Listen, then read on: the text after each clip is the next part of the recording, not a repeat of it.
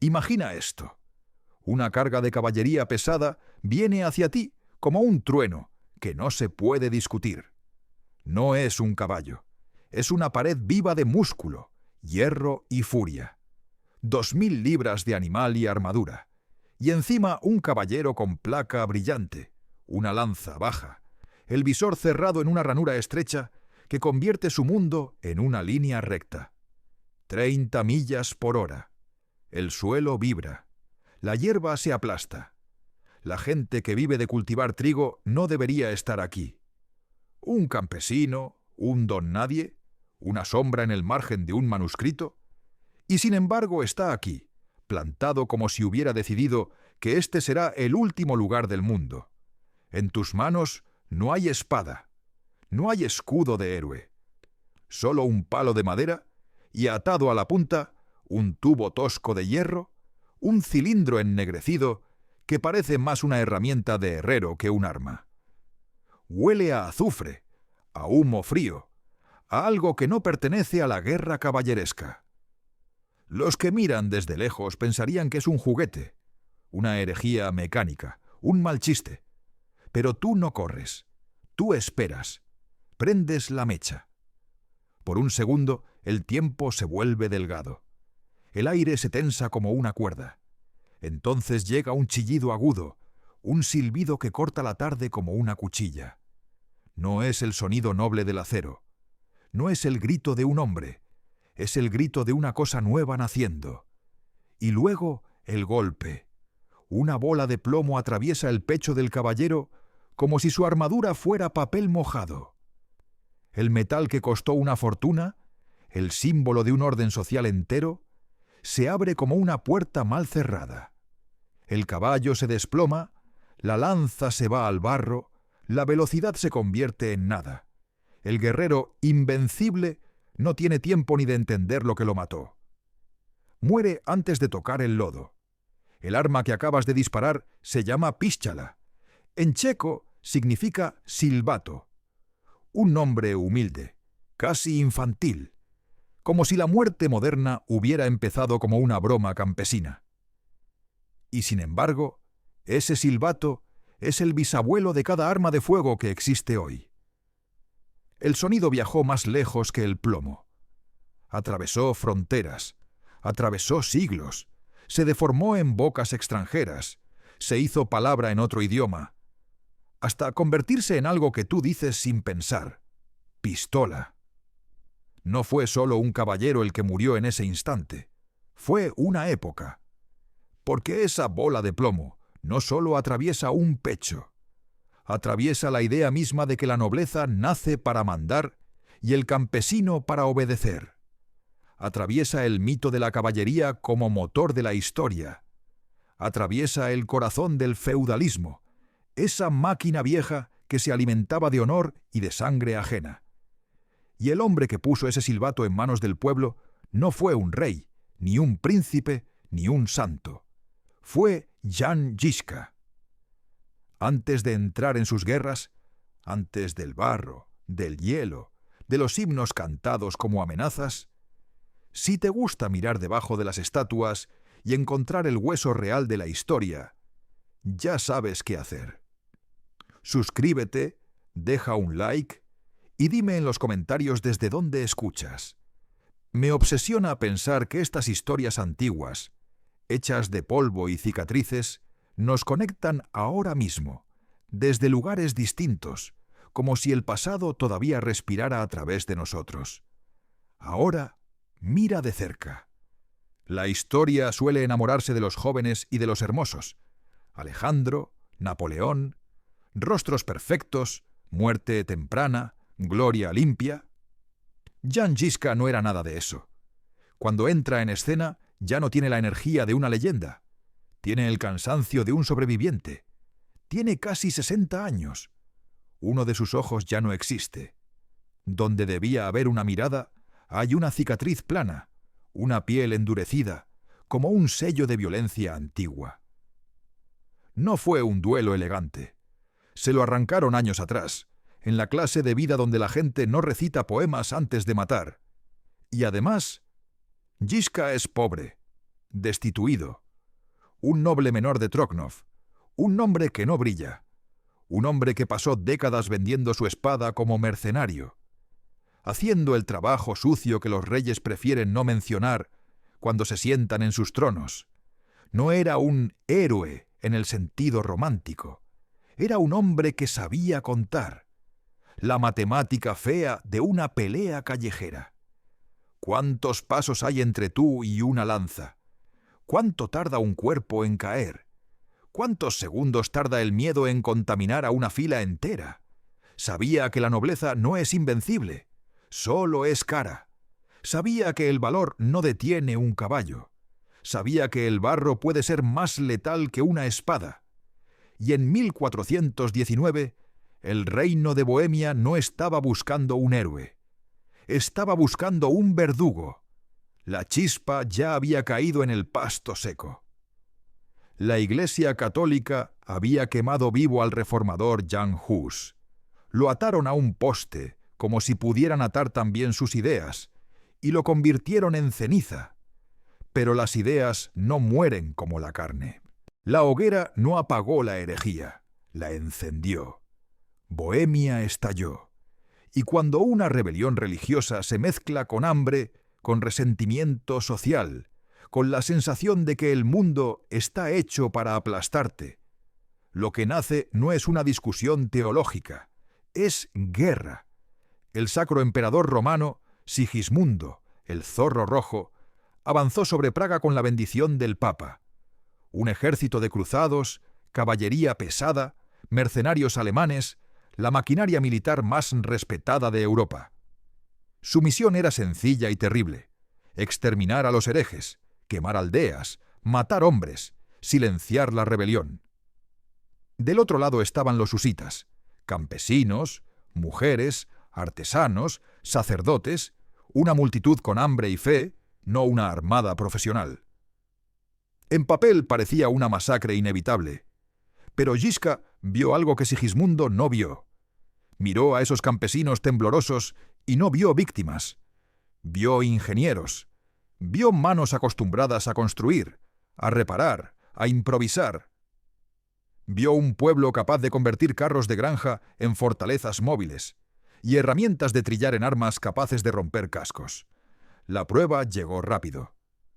Marzo de 1420. Sudomnies. Gisca está atrapado a campo abierto. Solo 400 seguidores, y entre ellos mujeres y niños. 12 carros de granja. Eso es todo. Delante de él, 2000 señores de hierro. Caballeros realistas, élite montada, la arrogancia con espuelas. La proporción es brutal, 5-1. El sol baja, el terreno parece un error. Por cada ley conocida de la guerra, Gisca debería morir allí. Pero la guerra real no la gobierna el honor, la gobierna la geografía. Gisca eligió su lugar como un hombre que entiende el mundo como una trampa. Se colocó en un dique estrecho entre dos estanques de peces. A la izquierda, el agua profunda. A la derecha, el lecho vacío de un estanque drenado, que parecía tierra firme. Pero era barro blando, arcilla traicionera, un pantano disfrazado. Colocó sus 12 carros a lo ancho del dique, como dientes cerrando una boca. Una barricada pobre, sí, pero suficiente para obligar al enemigo a decidir. Y el enemigo decidió mal. El comandante realista, Boleslav de Schwamberg, miró la formación y se rió. Vio campesinos acorralados. Vio una salida bloqueada. Vio lo que siempre había visto: inferiores esperando su sentencia. No exploraron el terreno. No diseñaron estrategia. ¿Por qué lo harían? Eran los tanques del siglo XV. Solo tenían que embestir. Bajaron los visores, y eso fue parte de su condena. Porque cuando reduces tu mundo a una ranura, también reduces tu capacidad de entender una trampa. Aceleraron hacia el lecho drenado del estanque, intentando rodear los carros por el flanco derecho y caer sobre los herejes por detrás. La carga comenzó como un himno de metal. Cascos golpeando, tierra volando, lanzas como agujas. Y entonces el suelo los tragó. Los caballos pesados se hundieron hasta el vientre. La velocidad murió en segundos. Los animales se retorcían, los ojos blancos, el pánico absoluto. Los caballeros con armadura completa, 60 libras de acero y orgullo, cayeron de sus monturas y se revolcaron en el lodo como insectos atrapados en resina. Ahí el mito del caballero invencible se volvió ridículo. Y entonces ocurrió algo todavía más cruel, algo tan simple que parece imposible. Las mujeres husitas habían extendido sus velos sobre el barro antes de la batalla. Telas gruesas, oscuras, que en la distancia parecían basura abandonada. Pero cuando los caballeros intentaron avanzar, sus espuelas se engancharon en la tela, tropezaron, cayeron de cara en la arcilla. Y esa arcilla no perdona. Se mete en la boca, se mete en la nariz, te roba el aire. En ese momento, Gisca soltó a sus hombres, no con espadas, con herramientas. El arma campesina era el mayal, un palo largo con una maza de hierro en una cadena, usado para trillar trigo. Generaciones de movimiento repetido, una técnica agrícola convertida en física mortal. No necesitaban encontrar las rendijas de la armadura. No necesitaban precisión, solo necesitaban golpe. Los mayales bajaban con fuerza centrífuga, como meteoros. Los cascos alemanes caros se abollaban. Los cráneos se partían dentro. No era un sonido de esgrima, era un sonido húmedo, un crujido sordo. La muerte industrial antes de que existiera la industria. Los caballeros no podían levantarse. No podían girar sus espadas largas en esa sopa de barro y cuerpos. Uno por uno, fueron golpeados como ganado. Al anochecer, el orgullo de la caballería católica yacía roto en el fango. Boleslav fue herido y capturado. Los supervivientes huyeron en la oscuridad, dejando atrás a sus muertos. Y algo más importante, dejando atrás la certeza de que la armadura equivale a poder. Gisca no celebró. No era un hombre de poesía. Era un hombre de cálculo. Sudomies le enseñó que el terreno podía igualar las probabilidades, pero también le enseñó el límite. No siempre habría un pantano esperando. No siempre habría un dique perfecto. Si quería sobrevivir contra un imperio, necesitaba llevar el pantano consigo. Necesitaba llevar la fortaleza consigo. Miró los carros salpicados de sangre y vio el futuro. Si reforzaba esos carros, si los armaba, si los unía con cadenas, si convertía cada uno en una pieza de una máquina, entonces podría construir un castillo que caminara. Allí, en el barro donde la caballería murió como un mito, nació la idea del Wagenburg. Y para entender cómo un hombre tuerto y pronto ciego derrotó a un imperio con campesinos, tenemos que entrar en esa invención. Porque a partir de este momento, la guerra ya no sería un duelo de nobles, sería ingeniería. Lo que Gisca estaba imaginando no era simplemente una defensa improvisada. No era una muralla hecha de miedo, era un sistema. La historia lo llamaría Wagenburg, el castillo de carros. Pero llamar carro a lo que Gisca construyó es como llamar carreta a un tanque moderno. La palabra se queda corta, engaña, porque lo que nació allí fue una máquina de guerra completa, una idea que cambiaría para siempre la relación entre fuego, movimiento y poder.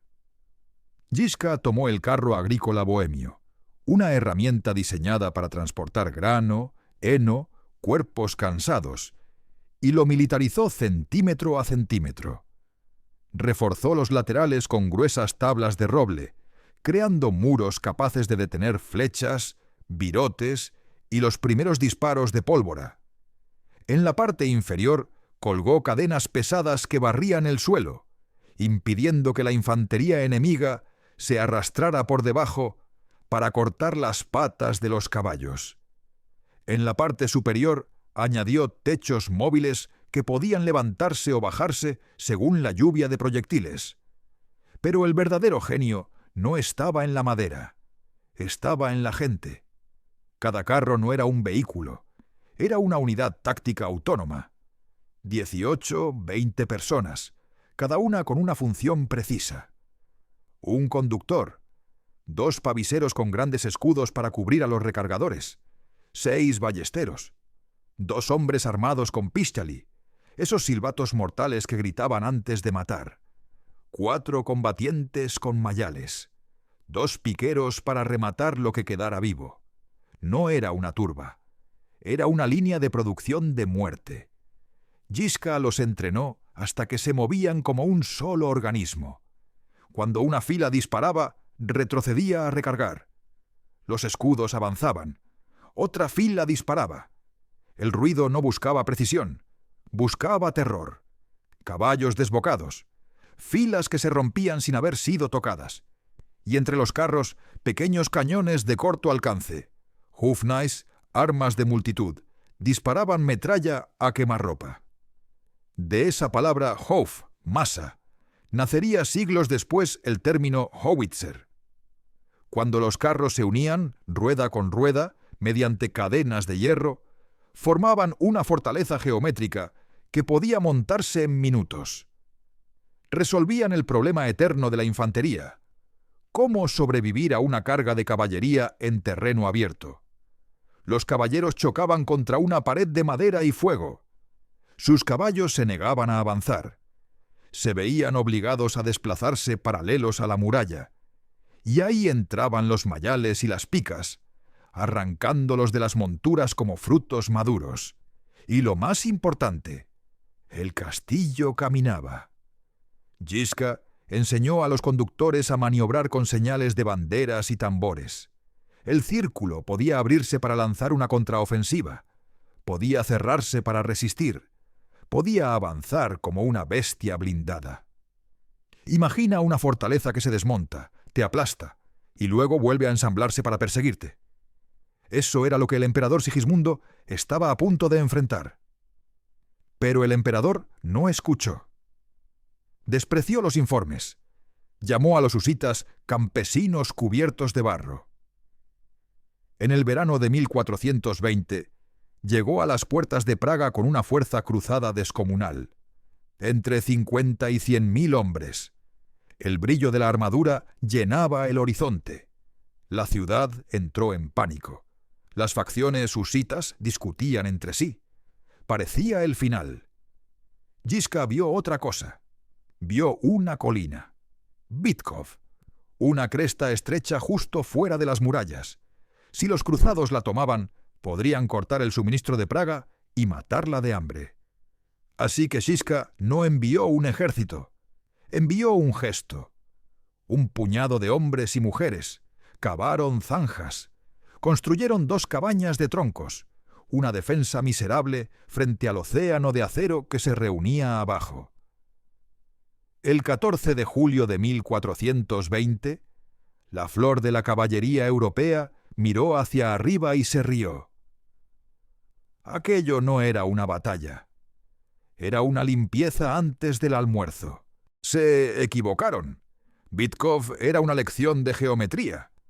La cresta era tan estrecha que solo unos pocos hombres podían combatir a la vez. El ejército imperial era un mar intentando pasar por una pajilla.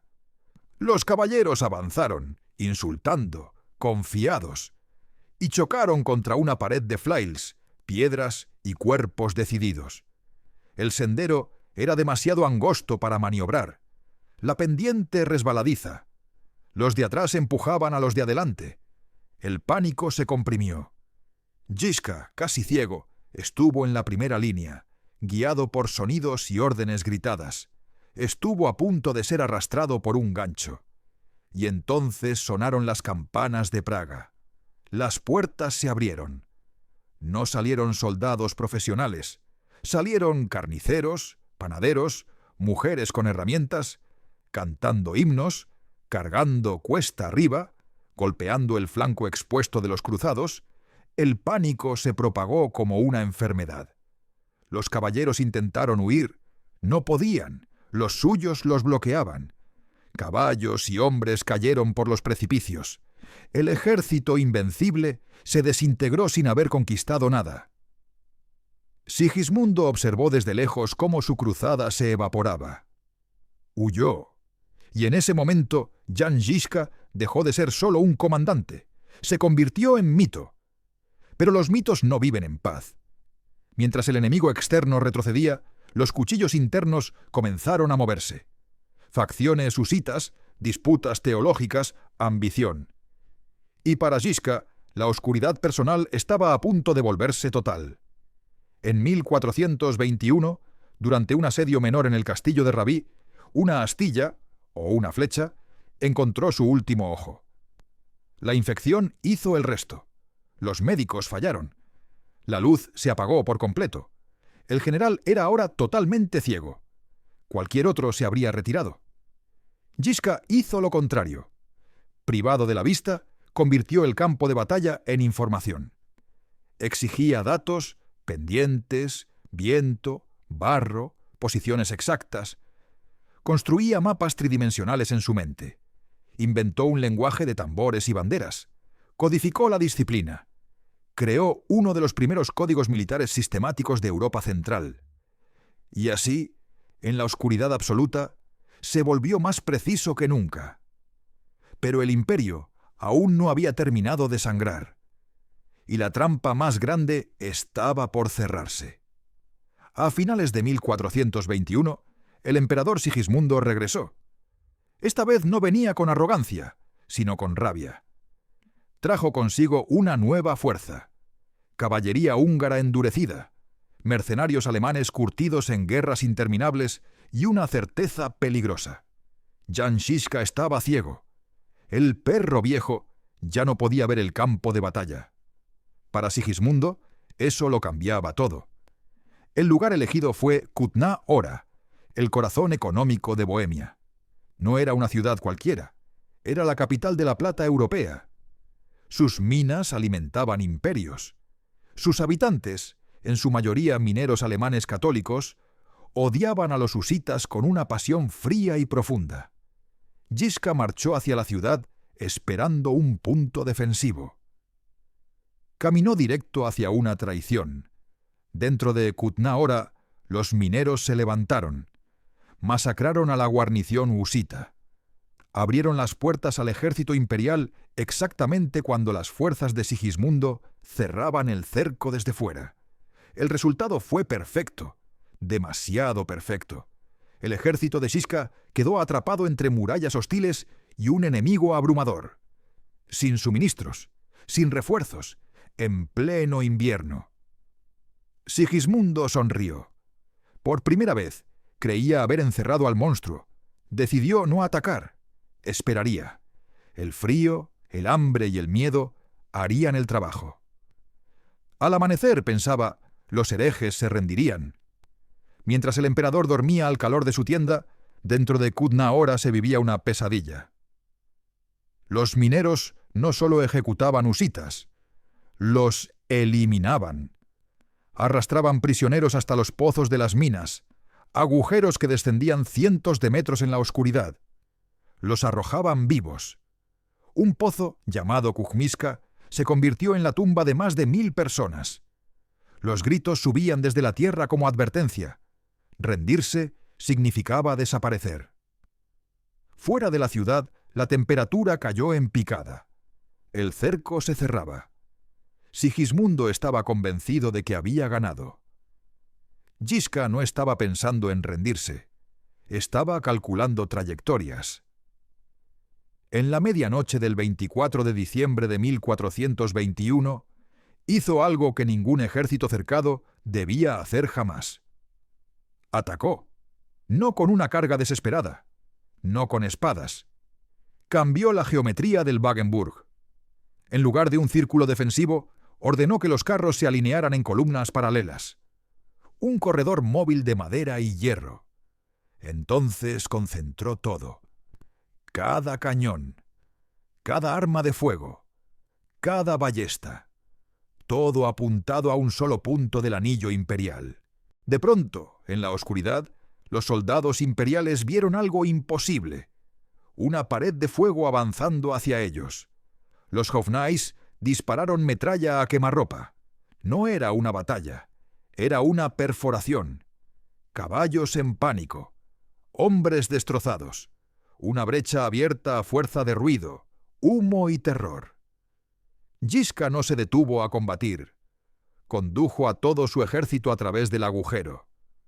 Cuando Sigismundo comprendió lo que estaba ocurriendo, los husitas ya habían desaparecido en la noche. El emperador creyó que habían huido en desbandada. Permitió que sus tropas se dispersaran, buscando calor y botín en el campamento abandonado. Pensó que la guerra había terminado. 2 semanas después, el fantasma regresó. Yisca no había huido. Había ido a rearmarse, dio la vuelta y atacó con velocidad brutal en Nebovidi. El ejército imperial, relajado y disperso, se desmoronó. La retirada se convirtió en pánico. Al cruzar el río Sázava, el hielo cedió bajo el peso de la armadura. Cientos de caballeros se ahogaron, arrastrados por el mismo acero que debía protegerlos. Yisca no solo había escapado de una trampa, la había convertido en una tumba. Pero la victoria, como siempre, trae veneno. Con Sigismundo rechazado, el movimiento husita empezó a romperse desde dentro. Los moderados de Praga, comerciantes, nobles, querían estabilidad. Los radicales de Tábor querían destruir el orden feudal hasta los cimientos. Yisca no debatía ideología. Para él, la disciplina era binaria. Cuando una secta extremista llamada los adamitas comenzó a recorrer el campo desnudos, proclamando el Edén y practicando el amor libre, Yisca no discutió teología. Marchó contra ellos, los exterminó, quemó a los supervivientes. Era el sistema inmunológico de la revolución. Atacaba cualquier infección, incluso dentro de su propio cuerpo. Entonces, los nobles de Praga decidieron que el viejo ciego era demasiado peligroso. Formaron una coalición contra él. Pensaron que conocían sus tácticas, sus carros, sus trucos. En junio de 1424, en Malchov, lo persiguieron creyendo que huía. Yisca estaba preparando otra lección. Ordenó cargar varios carros con enormes piedras y los colocó en la cresta de una colina. Esperó a que el ejército enemigo se apiñara en el valle, luchando cuesta arriba. Entonces dio la señal. Los carros rodaron, no como vehículos, como avalanchas. Toneladas de madera y roca descendieron con velocidad aterradora, aplastando hombres, rompiendo formaciones, sembrando pánico antes de que se disparara una sola arma. Luego, la carga final. Fue una masacre. Después de Malchov, nadie en Bohemia volvió a desafiarlo. Jan Žižka era ahora amo absoluto del campo de batalla, pero no había terminado. Ya no quería sobrevivir. Quería castigar Žižka. Comprendió algo que pocos comandantes antes que él habían entendido. Defender Bohemia no era suficiente. Mientras esperara a que las cruzadas llegaran, el imperio siempre tendría la iniciativa. Para terminar la guerra, tenía que hacer que continuarla fuera insoportablemente caro. Así nació una nueva fase del conflicto. Los husitas dejaron de ser un ejército reactivo. Se convirtieron en una fuerza ofensiva de castigo.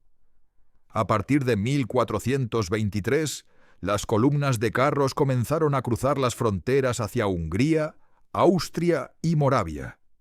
Los cronistas posteriores llamarían a estas expediciones las hermosas cabalgatas.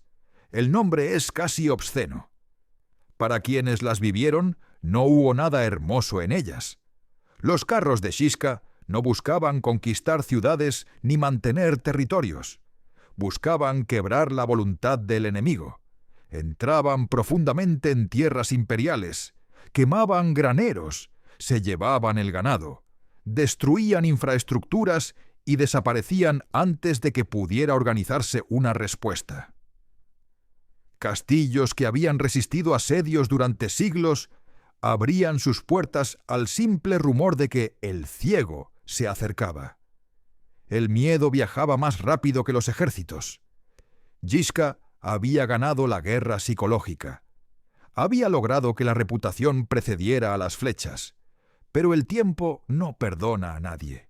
En 1424, mientras sitiaba el castillo de Przemyslav, en la cúspide de su poder, el hombre que había sobrevivido a espadas, lanzas, balas y emperadores fue atacado por algo invisible. Un carbunco apareció en su cuerpo, doloroso, inflamado, letal, probablemente peste, la misma enfermedad que acechaba a todos los ejércitos medievales, la misma que no distinguía entre reyes y campesinos. La infección avanzó rápido. El cuerpo del general, endurecido por décadas de campaña, comenzó a fallar. El 11 de octubre de 1424, Jan Žižka murió. Tenía 64 años. Estaba completamente ciego y jamás había perdido una batalla. Para los husitas, la pérdida fue devastadora. No solo habían perdido a un comandante, habían perdido a su ancla, a su padre. En un gesto cargado de dolor simbólico, se renombraron a sí mismos. Ya no eran simplemente taboritas. Pasaron a llamarse los huérfanos, porque así se sentían. La leyenda dice que Gisca dejó una última orden, una instrucción tan grotesca que parece salida del mito más que de los archivos, que pidió que, tras su muerte, su piel fuera arrancada y tensada sobre un gran tambor de guerra, que quería seguir liderando la carga, que su ritmo marcara el paso incluso desde la tumba.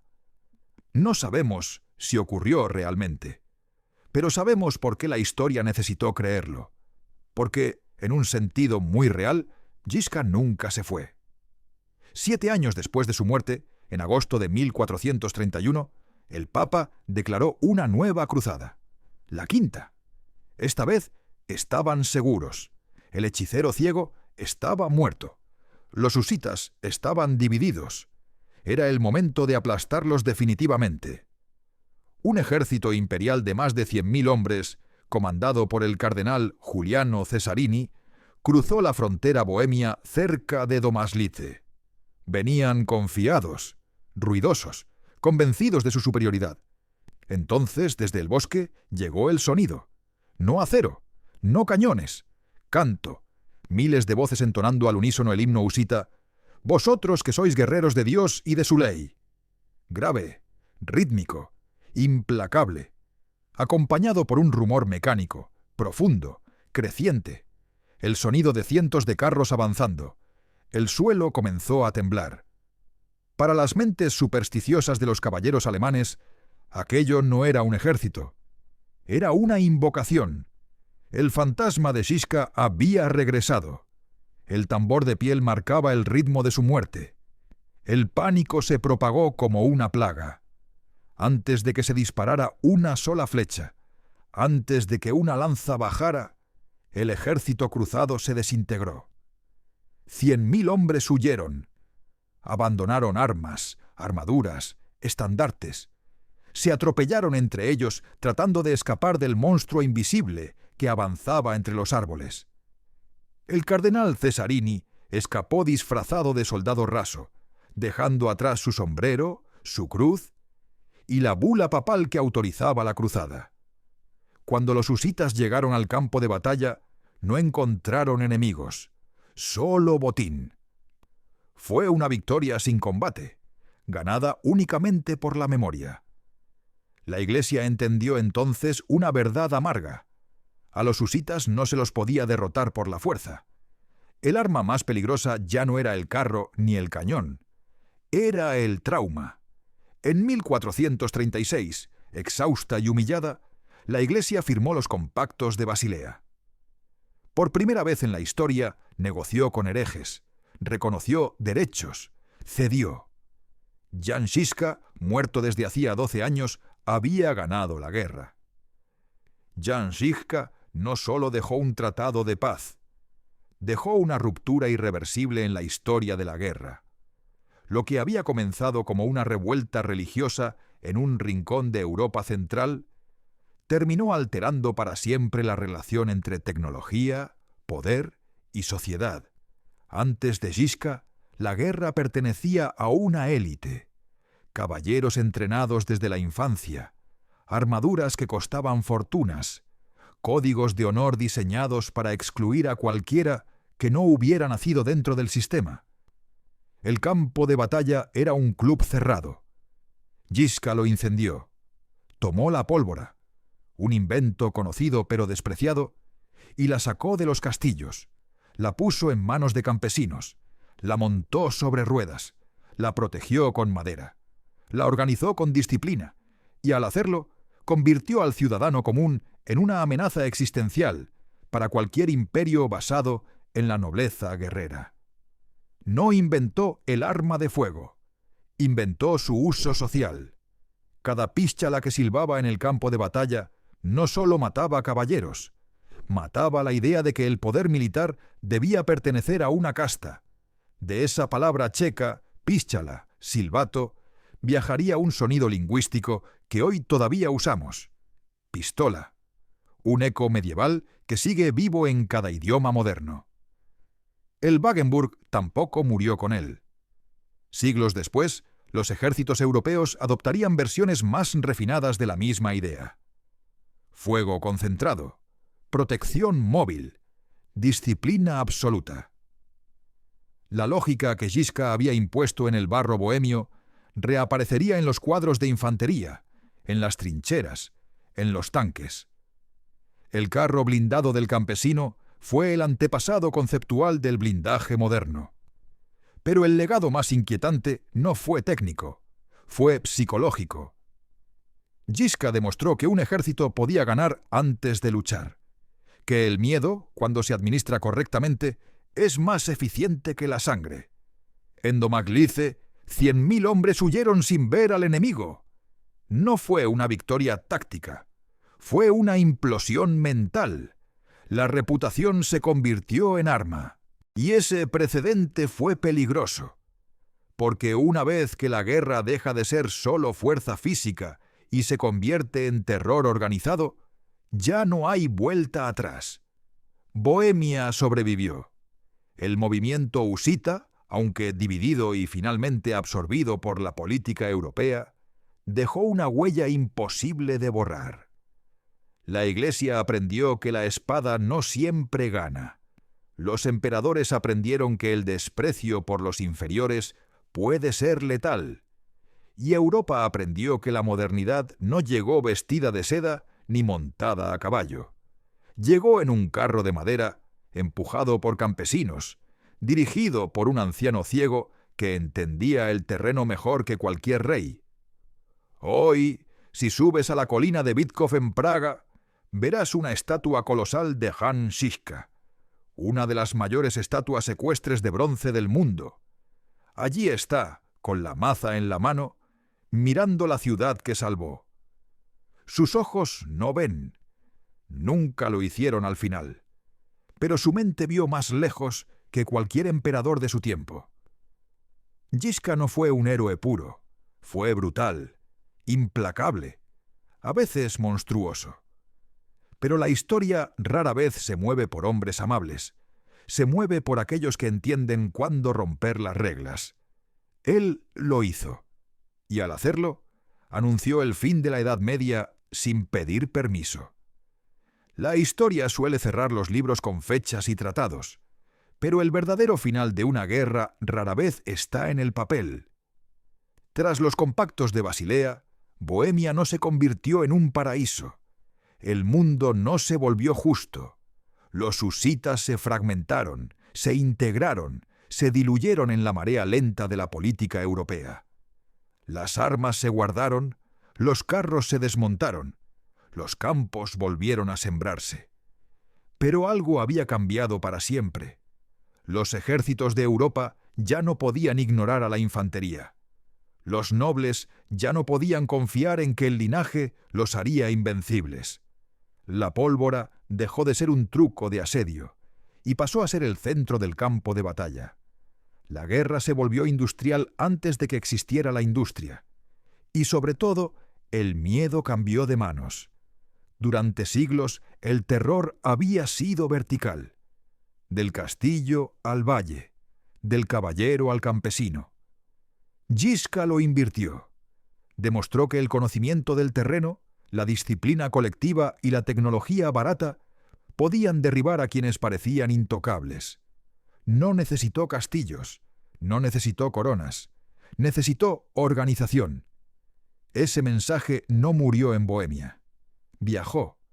Lo encontrarás en los cuadros de picas suizas que detuvieron caballerías, en las milicias ciudadanas que defendieron ciudades sin reyes, en los ejércitos nacionales que siglos después reemplazaron a las huestes feudales. Incluso en la idea moderna de que el soldado común, entrenado y equipado correctamente, puede decidir el destino de estados enteros. Jan Žižka no escribió tratados, no dejó memorias, no buscó ser recordado como filósofo. Su legado fue práctico, casi brutal en su claridad. La guerra no pertenece a quienes nacen con poder, sino a quienes aprenden a usarlo. Por eso su figura incomoda, porque no encaja del todo en la narrativa del progreso limpio. Fue un creyente fanático para algunos, un libertador para otros, un tirano para muchos, y sin embargo, fue todos a la vez. La historia real casi nunca ofrece héroes simples. Si hoy su estatua domina Praga, no es porque haya sido perfecto, sino porque fue decisivo. Porque en un mundo diseñado para aplastarlo, un hombre viejo, ciego y subestimado, enseñó a Europa que la fuerza no siempre viene de arriba. A veces nace en el barro, aprende rápido, y no pide permiso. Y quizá esa sea la lección más inquietante de todas. Cuando el polvo se asentó y los cronistas cerraron sus pergaminos, Europa siguió avanzando sin mirar atrás. Pero las huellas estaban ahí, invisibles para quien no quisiera verlas. La caballería nunca volvió a ser intocable. La nobleza guerrera comenzó un lento declive. Los ejércitos aprendieron que el valor individual ya no bastaba frente a la coordinación, la logística y la tecnología. La guerra dejó de ser un ritual aristocrático y se convirtió en un problema de ingeniería. Ese cambio no fue inmediato. Fue gradual, doloroso y en muchos lugares sangriento. Pero cada vez que un campesino levantó un arma de fuego, cada vez que una milicia urbana resistió a un ejército profesional, cada vez que la disciplina colectiva venció al heroísmo individual, la sombra de Jan Žižka volvió a cruzar el campo de batalla. No como mito, como método. Žižka entendió algo que sigue siendo incómodo hoy. La innovación no siempre nace del progreso moral, sino de la necesidad brutal de sobrevivir. Cuando no tienes privilegios, inventas. Cuando no tienes margen de error, optimizas. Cuando no puedes huir, piensas mejor. Por eso su historia sigue inquietando. Porque no promete finales felices. No ofrece redención limpia. Nos recuerda que los sistemas caen no solo por ideales, sino por personas capaces de convertir la desventaja en arma. Y quizás por eso su legado resiste. No en canciones, no en estatuas, sino en cada momento de la historia en que alguien, aparentemente condenado, se niega a aceptar las reglas del juego y decide reescribirlas. Jan Žižka no ganó porque fuera más fuerte. Ganó porque entendió antes que nadie que el mundo había cambiado. Y cuando el mundo cambia, quienes no se adaptan, desaparecen. Europa no despertó de inmediato.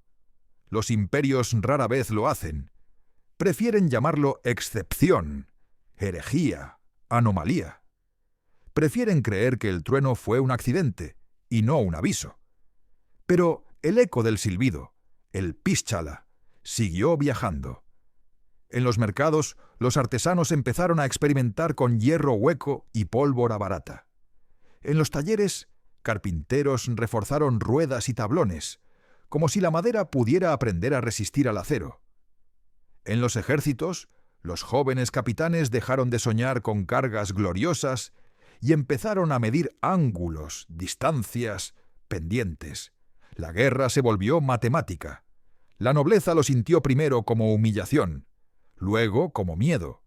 Sus escudos ya no eran promesas, eran objetivos. Sus genealogías no detenían proyectiles. Sus caballos, otrora alas de la victoria, se convirtieron en masa vulnerable ante el ruido y el fuego. El orden antiguo no cayó de un día para otro, pero comenzó a crujir, tabla a tabla, como una empalizada mal clavada. Y mientras tanto, en Bohemia, los huérfanos aprendieron a marchar sin padre. Aprendieron a cantar sin líder. Aprendieron que una idea bien organizada puede sobrevivir a la muerte de quien la pronunció. Cuando el enemigo escuchaba el canto en el bosque, no veía al hombre, veía el sistema. No temía al general, temía al método. Ese fue el legado más peligroso, porque los métodos se copian, las canciones se olvidan, las estatuas se erosionan, pero los procedimientos viajan ligeros, de Bohemia a Suiza, de las ciudades libres a las ligas mercantiles, de las fronteras imperiales a los puertos. Disciplina, movilidad, fuego concentrado, protección colectiva. Una gramática nueva para la violencia. Los cronistas discutieron si Žižka fue héroe o fanático, si defendió al pueblo o lo moldeó a golpes, si su fe fue escudo o espada. La discusión nunca terminó porque la pregunta estaba mal formulada. No se trataba de virtud, se trataba de eficacia. Y la eficacia no pide permiso. Con el tiempo, los reyes aprendieron la lección que juraron negar.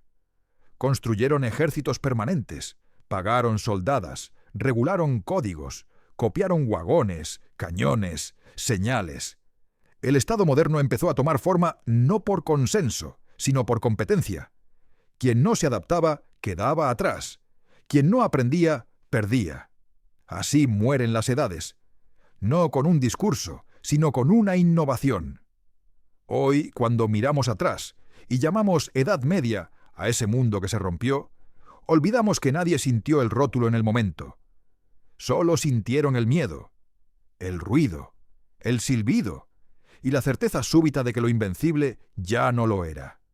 Jan Žižka no prometió un futuro mejor, prometió sobrevivir al presente, y al hacerlo, abrió una puerta que nadie pudo cerrar. Porque una vez que el campesino aprende a detener al caballero, la historia ya no vuelve. Cada episodio es una verdad olvidada. Acompáñanos, suscríbete al canal. Atrás.